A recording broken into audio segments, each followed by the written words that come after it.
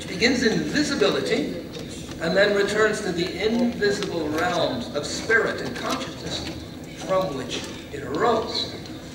On this returning arc, the 27th letter represents human beings, and the 28th letter designates the stages of perfection that are achieved by those human beings who enter into the presence of God. The 26th letter represents the jinn, and the 25th letter, the angels, inasmuch as these are creatures that are present in the invisible realms on the returning arc. Letters 23 through 25 designate the visible creatures, that is, minerals, plants, and animals. Notice that modern cosmology deals almost exclusively with the 23rd letter of the alphabet. The other 27 letters lie outside of the realm of its competence. This is why it hardly deserves modern scientific cosmology. It hardly deserves the name cosmology. Today, I want to look at the 25th cosmic letter in an attempt to sum up Ibn Arabi's understanding of the role of animals in creation. In other words, what is the rightful and the truthful situation of the animal realm? How can we, as human beings, give to animals their rights? Now, Ibn Arabi has a great deal to say on this issue, so I can only make a few quick comments. I am drawing from the section of chapter 198 on the 25th letter, and from chapters 357 and 372, both of which announced in their titles that they will address the nature of Baha'im, that is, the dumb beasts, Bahima. Now, the word for animal in Arabic is hayawan, living thing. Given that each of the 28 letters is governed by one specific divine name, one might guess that the divine name related to animals would be al-hay, the alive, or perhaps al-muhi, the life-giver.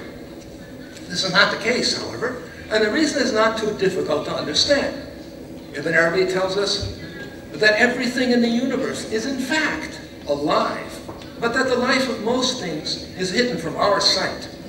This is so because life is presupposed by every divine quality. Knowledge, power, desire, mercy, justice, and so on have no meaning unless they are the qualities of something that is alive. In other words, God must be alive to know, to desire, and to act. It follows that life permeates all divine attributes. Hence, life also pervades all creatures, because creatures are simply the traces and properties of the divine names. Now, in Ibn Arabi's way of looking at the universe, all things are living words articulated in the breath of the All-Merciful. This is to say that the divine life and the divine mercy are in fact the same thing. When God says in the Quran, "My mercy embraces everything," this means, according to Ibn Arabi, that, I quote, "He has mercy on the cosmos through life." For life is a sphere of mercy that embraces everything. Elsewhere, Ibn Arabi explains that everything in the three visible realms, that is plants, minerals, plants, and animals, are under the control of the angels that are called souls, nafs, nufus. By means of their souls, all creatures receive life from God, and they know Him.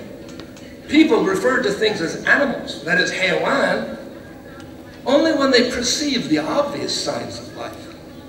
But, says Ibn Arabi, I quote, "All are pervaded by life, so all things speak the praise of their Creator from whence we do not hear.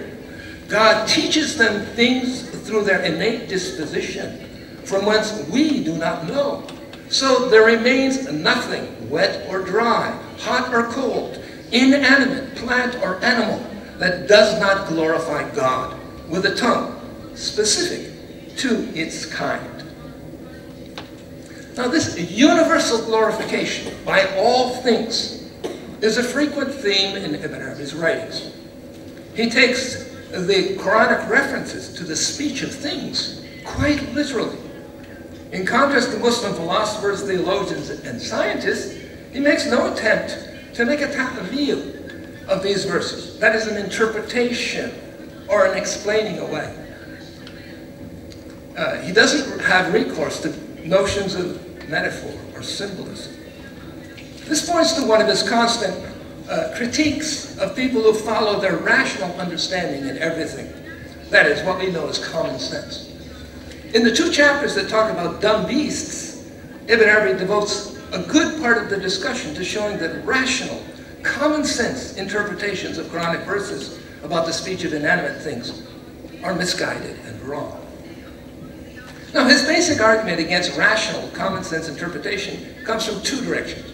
First, in order to conclude that things, inanimate things, do not talk, people have to claim that God does not mean what he says in the Quran. Second, Ibn Arabi and his peers, that is, those about whom he commonly calls the Gnostics, the Ortafa, or the folk of unveiling, Kashf, such people actually hear and understand the speech of all things, so they know by first-hand experience that everything is alive. They do not take God's words on faith. In both chapters on dumb beasts, Ibn Arabi explains why they have this name, behemoth, which the Arabic dictionary is defined as quadruped or animal. Ibn Arabi suggests that we can understand the significance of the term if we remember that it derives from the same root as mubham, which means dubious, obscure, vague, unclear. For example, in chapter 378, he writes, I quote, "Each created thing has a speech specific to it, taught to it by God.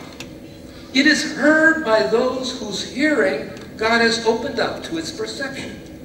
All movement and craftsmanship that becomes manifest from animals and does not become manifest, say, from a possessor of reason, reflection, and deliberation, along with all the measures that are seen therein, signify that animals have a knowledge of this in themselves.